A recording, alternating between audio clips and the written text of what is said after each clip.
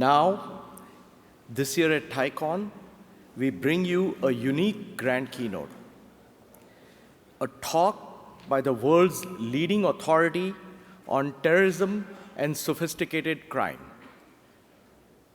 Brian Michael Jenkins. Brian serves as a senior advisor to the president of RAND Corporation and is the director of the National Transport Security Center at Mineta Transportation Institute. Earlier at Kroll Associates, he was responsible for the firm's crisis management practice, directing responses to kidnapping and extortion cases worldwide. Brian is a prolific author, having written and edited several books. Two of his most recent books are The Long Shadow of 9/11, America's Response to Terrorism, and When Armies Divide, the Security of Nuclear Arsenals During Coups, Revolts, and Civil War. His long and illustrious career includes several active duty assignments, and he's also a decorated war veteran for our country. With Brian, we also have with us Rafiq Dosani, a director of RAND Center for Asia Pacific Policy, a senior economist at RAND Corporation, and a professor at the Pardee RAND Graduate School. Previously, Rafiq was the director of Stanford University's Center for South Asia and a senior research scholar there. He was also a charter member of TIE until 2003. We are eager to have him back into our TIE fold soon. Today, Rafiq will have a conversation with Brian on the role of Silicon Valley in the counterterrorism effort. Please join me in welcoming Rafiq and Brian on stage.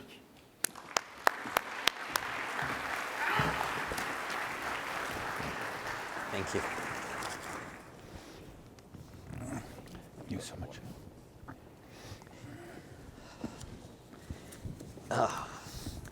Well, good morning, everyone. And if you haven't figured it out yet, I'm Rafiq and he's Brian. So it's a great pleasure to be here. I have old roots with TIE, and it's an honor, actually, to be here and to be with Brian. So we'll get started right away. The format we are planning to adopt is I'll ask him some leading questions and hopefully provoke some interesting responses.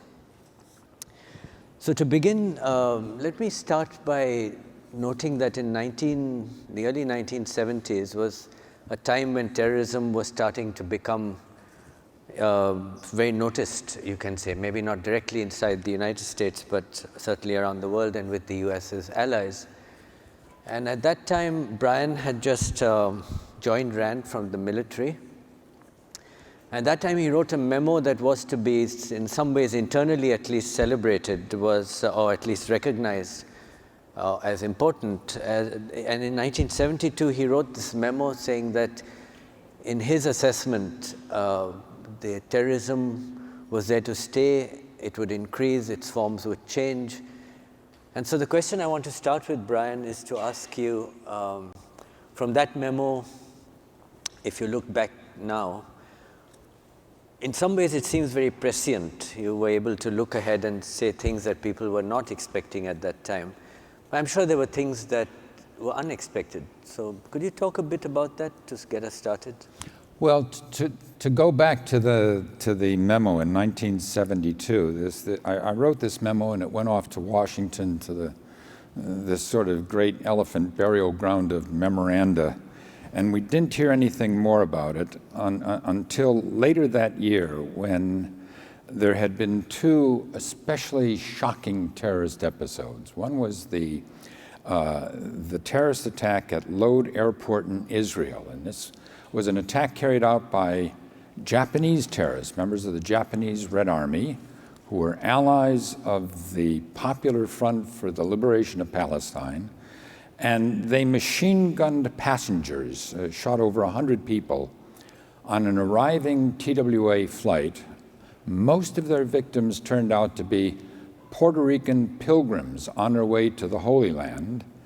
And it wasn't simply the scale of the carnage, but the complexity of it. People asked, how is it that Japanese come to Israel to kill Puerto Ricans on behalf of Palestine?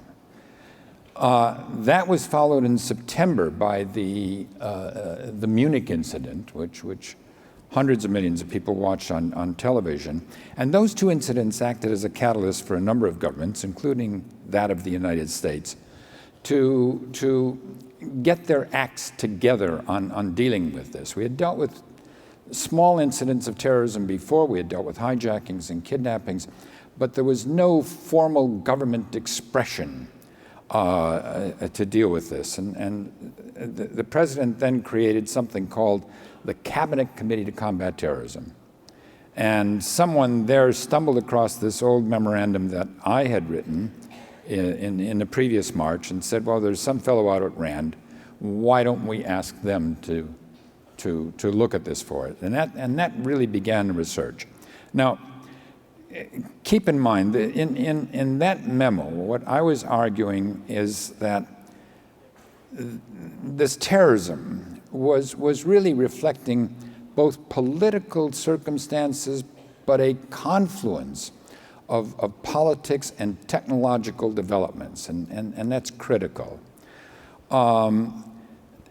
Technology was creating both new vulnerabilities and new capabilities. I mean, modern jet air travel. You could get on a plane at that time, this is just the beginning, and in any major city and fly to dozens of different countries.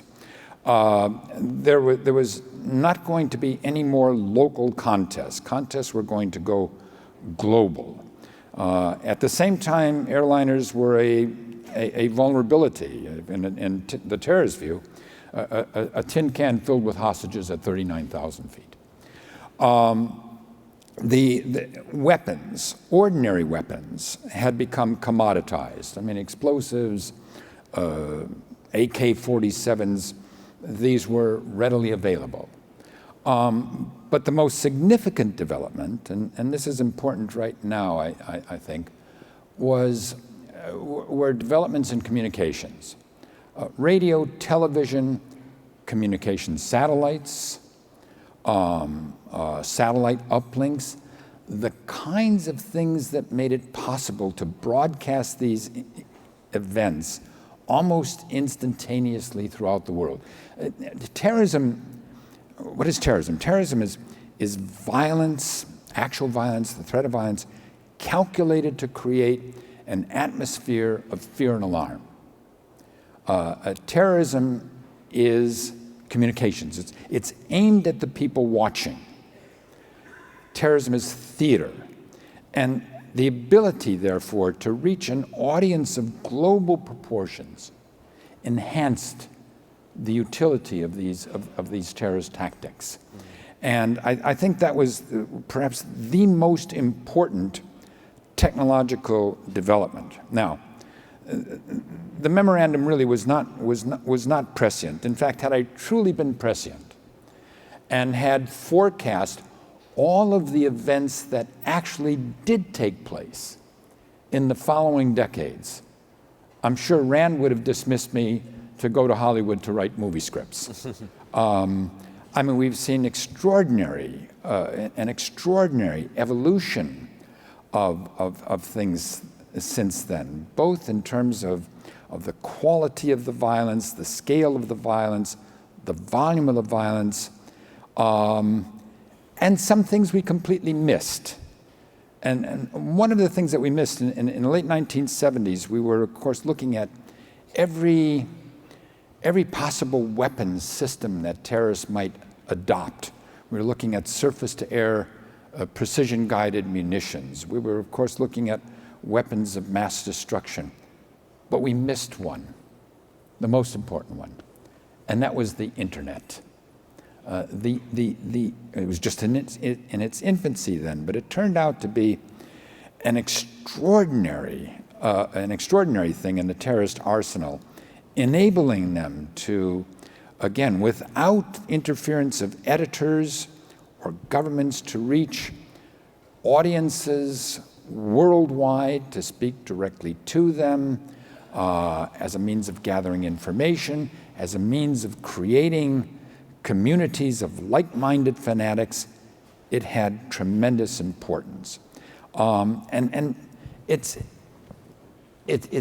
that I think that really puts us at a threshold that if we were to rewrite that memo today, we're on another threshold, and there would be a very, very different memo in 2016. So at the same time that the internet enabled communication in a variety of ways for terrorists, I mean, not just letting people know about what their plans are in a covert way, but also for designing plans, designing ways of implementing their plans. It also gives tools to those who are working on counterterrorism.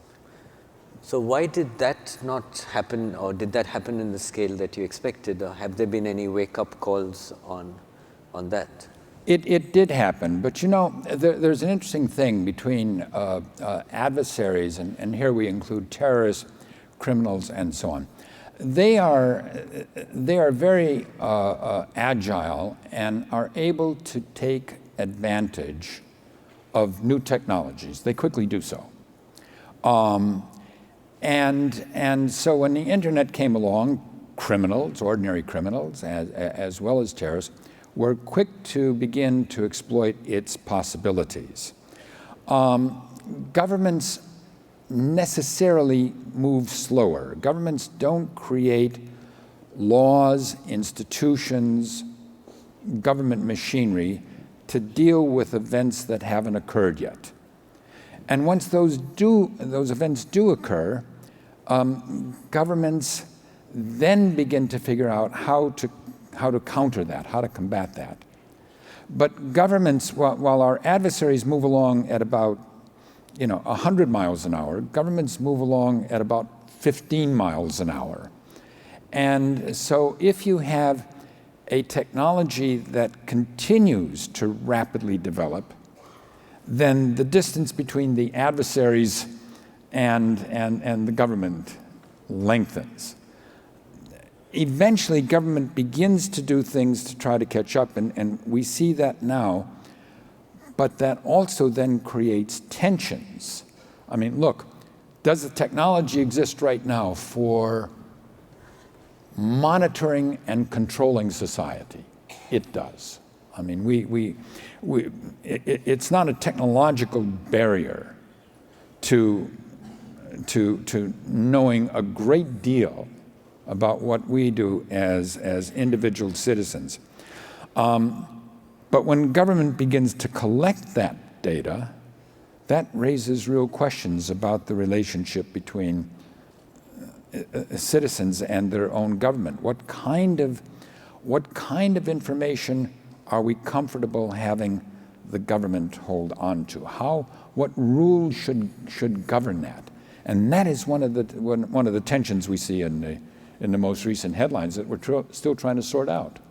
So, but what about the ability of governments to deploy tools that terrorists usually will not be able to afford? I mean, for example, the US can employ these very expensive drones, To be sure. In terms of weapons systems, actual weapons, and when we talk about weapons, to use the Pentagon term, kinetic force, do governments have an advantage in doing that? To be sure. I mean, we have tanks that can drive across the desert at 50 miles an hour, shooting all the way. We have drones. We have an extraordinary arsenal of weapons.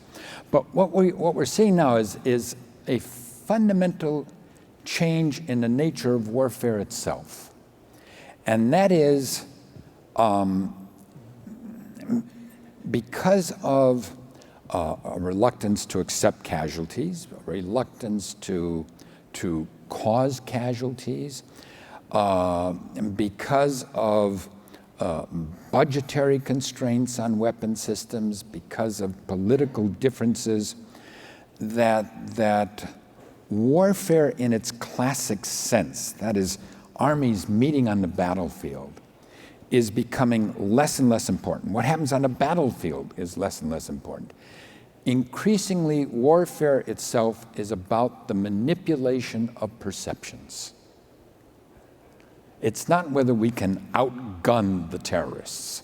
We know that we can outgun the terrorists. But is that relevant? We can outgun them. Can we keep them from killing? Can we keep them from destroying things? Can we keep them from disrupting things? Can we keep them from causing alarm? Can we keep them from obliging us to divert vast resources to security? That's much more difficult. In that sense, power defined crudely here is simply the capacity to kill, destroy, disrupt, alarm. That's descending into the hands of smaller and smaller groups whose grievances, real or imaginary, it's not always going to be possible to satisfy. And that's not a weapons issue. That's a challenge for society. How do we deal with that within the construct of a democratic society and remain a democratic society? So given this situation that you're describing, I mean, it calls to mind for me my childhood growing up in Calcutta, or Kolkata as it's called, where the Naxalite or the Marxist movement was at its height. And we were victims of that. Every citizen of Calcutta was a victim of that, in the sense that there were these daily killings, bombings. In front of my eyes I have seen vehicles being blown up and so on. And there was nothing we could do. And you can argue that that scar that was implanted then, even though that scar has moved on, West Bengal never recovered. Until today carries that scar of being unable to get over the issue of how do you incorporate a disaffected society into the mainstream. How do you see that risk today? How should it be addressed? Well, that's the enormous risk that we face, because on the one hand, when we look at public reactions to these terrorist events, now I don't want to sound callous. Every single death is a tragedy, but we look at these events and we say we tend to inflate the threat, and that's what terrorism is all about. I mean, you create alarm that causes us to exaggerate the strength of the terrorists, and we're doing that right now with the so-called Islamic State. The Islamic State is not the Wehrmacht. It's not World War II. I used to have long arguments with my father, who was a veteran of Patton's army in World War II. And of course, he looked and he said, "You're working on this terrorism. Society is going to hell. This is terrible." And I used to remind him that in the first half of the 20th century, in 2 world wars, we killed nearly 100 million people. That when it comes to slaughter, the so-called civilized nations in the world can do it on an industrial scale. And that terrorism, while it was frightening, it was not going to bring down the republic. This country went through World War II, it went through the Cold War, when there were tens of thousands of nuclear missiles pointed at the nation. We have survived these. We will deal with terrorism. The danger is that terrorism will set off reactions driven by fear that we see taking place in this country today. People are truly frightened of terrorism today. So then the question is, what role can technology play? Maybe I can put a South Asian spin on this and you can give me your reaction. So India, for example, has been, as well as the other countries in South Asia, has been the victim of terrorist attacks. Some of them coming from safe havens in neighboring countries. And in response, India has tried to use technology. So it has built a fence that's sensitized electronically and electrically across the line of control in Kashmir.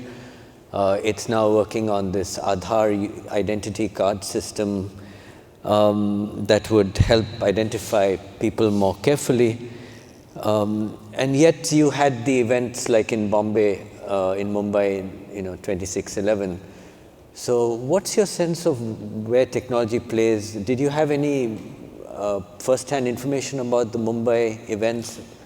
Yes, I've been in Mumbai a number of times, and I was there following the 2008 attacks that you mentioned.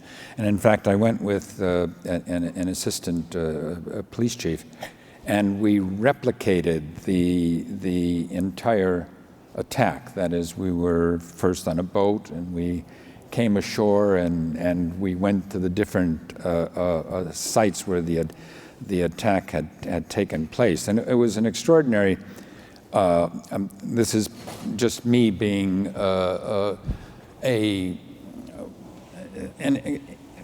curious and an investigator about this. I wanted to actually walk through the whole thing personally to get a feel for what it was like. Now, you mentioned fences. One of the first things we think about is we build fences, we build walls. People, when they're frightened, retreat to walls. Walls are very popular these days. It's a natural reaction. We see actually in even within Europe, because of the fear created by the most recent terrorist attacks, we see border controls coming back into Europe. Fences and walls are going up in Europe again, and that's a major problem. You can create a kind of a neo-medieval society where we'll live behind perimeters, and we'll only dash out to then other perimeters, and things are gradually becoming that way. You mentioned identity cards, and that's the other thing, that we will somehow impose social controls. And as I say, we do have the technology for this. It would be incorrect to say that we have savaged civil liberties since 9/11. We haven't done so. But we have created, that we built the foundation for a much less benign society, that if we had a different government, or if the public became even more frightened, we would see controls that I think are alien to our system of government. The concern that I have, people say, what keeps you up at night? It's not what the terrorists do. We can handle that. It is our reactions that really cause the danger. These corrode our commitment to democracy. They undermine our values, and these values are really part of our arsenal. Now, and I don't mean that in some sort of hand-wringing way. I'm a former soldier. I'm not squeamish about the use of force when it's appropriate, when it's absolutely necessary. But what I do worry about, as I say, these societal effects. And one of the things in terms of where this goes in the future, look, the technologies that you all are involved in, I mean, this is a change that we are seeing, changes that are going to rival, we're already seeing them, rival or exceed that of the Industrial Revolution. I mean, as we move from the internet to the Internet of Things, this has extraordinary possibilities for positive developments. But within it, there are vulnerabilities, and there are capacities that are provided to again, individuals and small groups who may move beyond what we see now. Terrorism is now mechanical. It's primitive. It's AK-47s. It's explosives. things that haven't fundamentally changed in the last 50 years, in the last 100 years, in the last 150 years. There's still guns and bombs.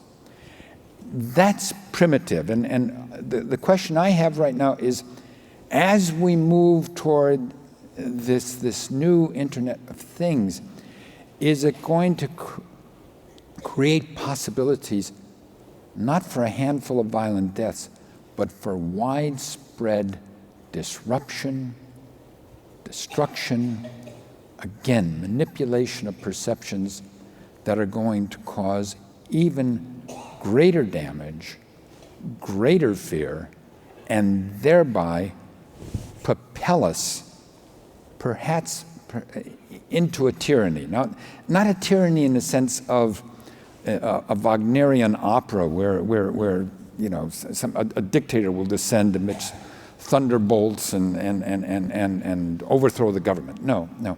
An incremental tyranny where we add a new measure, the measure is perfectly sensible in response to a particular event.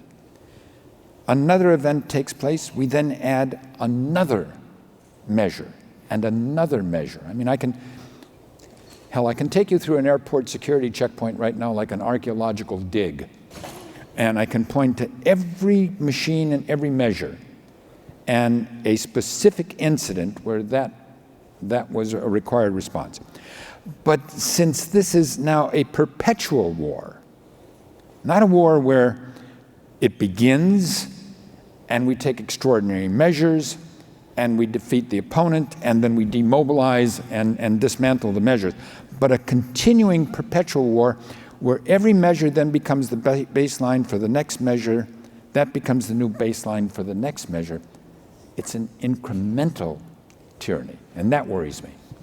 You know, Brian, I think you made some extremely significant points in this last response of yours, and I'm going to continue down the gloomy path for a moment and then take it hopefully to a more optimistic end. Maybe this is a time you should give us another prediction that's worth 45 years, at least, from your earlier one. And the context I want you to think of it is what's going to happen in the future? Are there going to be new sources of terrorism, new places, new ideas, new ideologies? And I was looking at terrorism in Africa, a country which has been racked by it, but not that noticed because it doesn't come into first world attention that much. But what I noticed is that if I look at terrorism as being formed in societies which are disaffected for a variety of reasons, either because they have very strong governments that oppress their people, or they have very weak governments that cannot control these terrorism actions, as happened in my experience in West Bengal. And I looked at Africa and I saw that out of 54 countries, there's only one classified by the Economist Intelligence Unit as a full democracy, and that's Mauritius. That's less than 1% of Africa's 1.2 billion, 1.1 billion population. Is this your next breeding ground, and what does this tell us about how long terrorism will happen and what we should do to prepare for it? Yeah, and we're already seeing in parts of Africa a greater radicalization, a turn to some of these more extremist movements. But it doesn't necessarily have to occur in countries that are lesser developed. If we look at countries that have experienced high levels of terrorist activity, the United Kingdom with the IRA, Germany with the Red Army faction, Italy with the Red Brigades. These are advanced, industrialized democracies, liberal democracies. So we ought not to fall into the trap of saying, well, if we address issues of poverty, we should address issues of poverty for the merits of doing that. Not because we think that is going to necessarily prevent terrorism. I mean, there are in Europe today, on the far right and in certain immigrant diasporas, there are disaffected subcultures disaffected subcultures that will support violence for their own reasons. I mean, we see that in the most recent attacks in Paris and Brussels. Those were not isolated attacks, they were part of a campaign that stretches back to 2014. That campaign suggests there was a network. That network comprised fighters returning from Syria, plugged into a local network of resistance and disaffection, and that gave it greater capacity to operate. How the authorities are going to deal with that, it remains a major challenge, because the Islamic State, to take that as an example, has attracted 40,000 foreign fighters. Now, as we squeeze the Islamic State militarily and financially, where do those 40,000 fighters go? We're not going to kill them all. They're going to go to new jihadist fronts. Some of them are going to go back to the countries they came from. Some of them will return disillusioned. Some of them will return traumatized. Some of them will return determined to carry on violence. And so it's not just a matter of, as I say, solving issues of poverty, although we should do that. It is a matter of how do we protect ourselves against truly malevolent ideologies and networks that in the future, again, it may not be just a matter of shooting up restaurants and a concert hall in Paris, or blowing up an airport and a metro station in Brussels, but can they hold entire systems hostage? Can they begin to truly disrupt some of the sinews of civilization? Can they cause widespread breakdowns? Right. I'm not sure of that, but that's where the battleground is going to be. Okay, so now for our last question, because we've run out of time, give us an optimistic view based either on what governments can do, what technology can do, what civil society can do. Let me go to the individual citizens and bring it right down to us. It's not a matter of what government can do. I mean, I mentioned earlier values. What is our ultimate security is really derived from our values. It's not how many concrete bollards we're going to plant in front of buildings. It's not how much metadata we're going to collect from communications. Encryption is a battle, and it should be a battle, by the way. I mean, people say there's tensions about that. There should be tensions. We should be cantankerous and stubborn about our values and fight it out. It's not an issue between the NSA and Silicon Valley. It's an issue that affects all of us, and we should be deeply involved in our thinking about that. But what is our ultimate defense? I say our ultimate defense is our own courage, our own realistic assessment of risk, our own self-reliance, our own sense of community. This is really what is going to enable us to prevail over these groups. It is demonstrated that societies can take hits and can survive those hits and deal with that, so long as they hold on to those basic fundamental values of our democracy. So I think we're going to be, as I say, there's going to be a struggle about this. There's going to be debates about this. There's going to be fights about this. But we need to avoid the needless inflation of threat. We need to avoid agendas that are driven by fear. We need to avoid the excesses of response that can fundamentally alter this nation. Terrorists can't bring us down.